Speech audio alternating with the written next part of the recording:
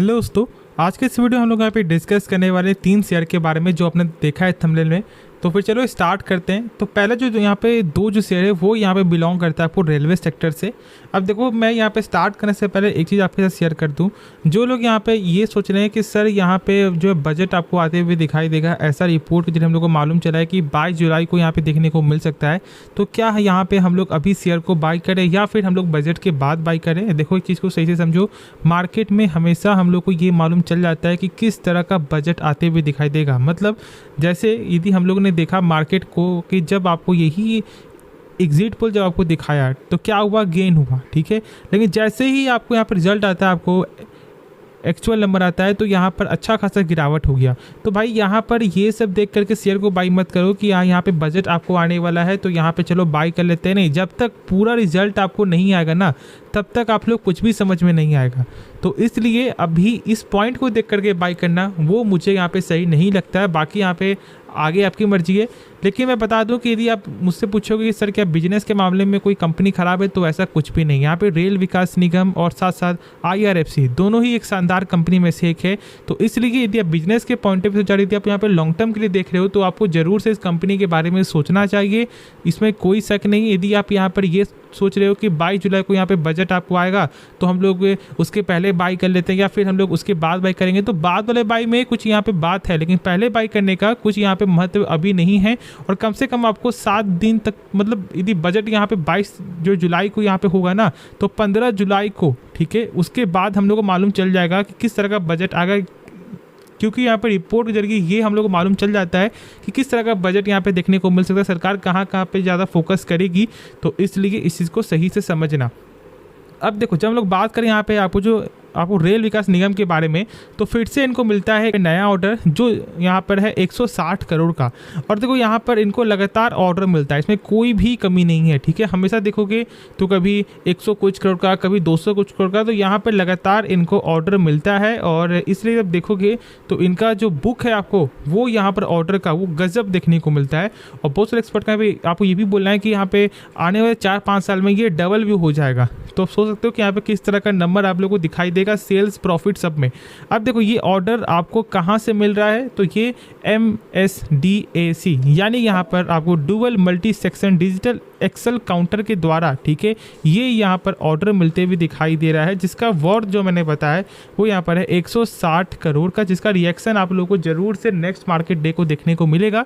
मतलब हम लोग बात कर रहे हैं आपको किस दिन, तो भाई सोमवार को मार्केट बंद रहेगा, आप लोगों को मालूम है उस दिन है बकरीद।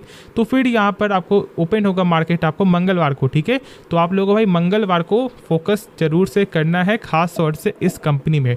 उसके बाद हम लोग यहाँ पे डिस्कस करें IRFC के बारे में, तो यहाँ पर लोग आपको डर रहे हैं किस वजह से, तो यहाँ पर OFS की वजह से, ठीक है। और ये डर अभी से नहीं है, डर था आपको 95-96 के लेवल, जब एक रिपोर्ट आया था कि यहाँ पर इस तरह का कुछ आपको आते हुए दिखाई देगा जल्द, तो लोग बाई नहीं करते। मैंने बोला था कि यार बाई कर लो, ठीक है भाई, इससे मत डरो।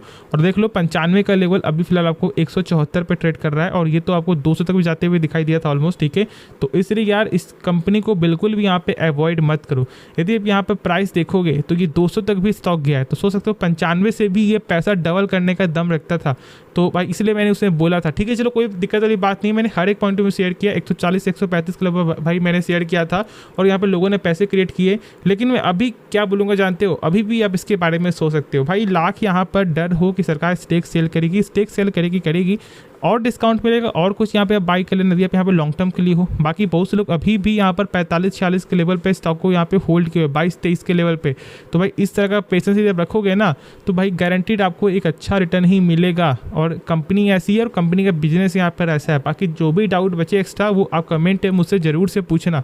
उसके बाद जो शेयर है वो यहाँ पर है टाटा पावर। देखो टाटा पावर जब एक चीज़ समझोगे ना, तो भाई यहाँ पर मैनेजमेंट की तरफ से जो बयान जो आते हुए दिखाई दिए थे कि देखो 60 करोड़ का जो यहाँ पे प्लान था इनका पैसा लगाने का, उसमें से 40 भाई लग चुका है, ठीक है, 2 सालों में, और ये इस साल में वो 20 हज़ार करोड़ यहाँ पे और लगाते हुए दिखाई देगी। और उनका यहाँ पे ये भी बोलना है कि हम लोग अपने बिजनेस को एकदम फोकस है, मतलब हम लोग अपने विजन, अपने जो कंपनी के विजन को लेकर के ना बहुत ज़्यादा को मेहनत कर रहे हैं, जो मैंने बताया था, जो शेयर किया था।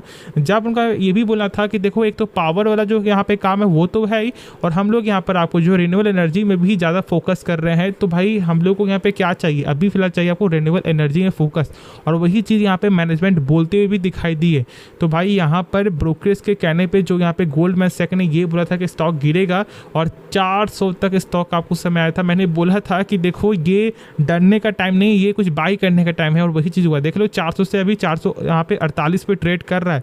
तो मतलब भाई 10% से ज़्यादा का ये आपको रिटर्न तो यहाँ पे कुछ दिनों में ही शेयर कर दिया। तो भाई लॉजिक को सही से समझो, किसी के कहने से शेयर नहीं गिरता है। यदि कंपनी जब तक ख़राब नहीं हो तब तक वो शेयर नहीं गिरेगा। बाकी जो भी वो गिर रहा है ना, तो वो आपको मौका ही दे रहा है, जैसे कि 4 जून को मौका मिला था, जो आप लोगों ने एक्सेप्ट किया होगा या फिर बहुत लोगों ने नहीं भी किया होगा।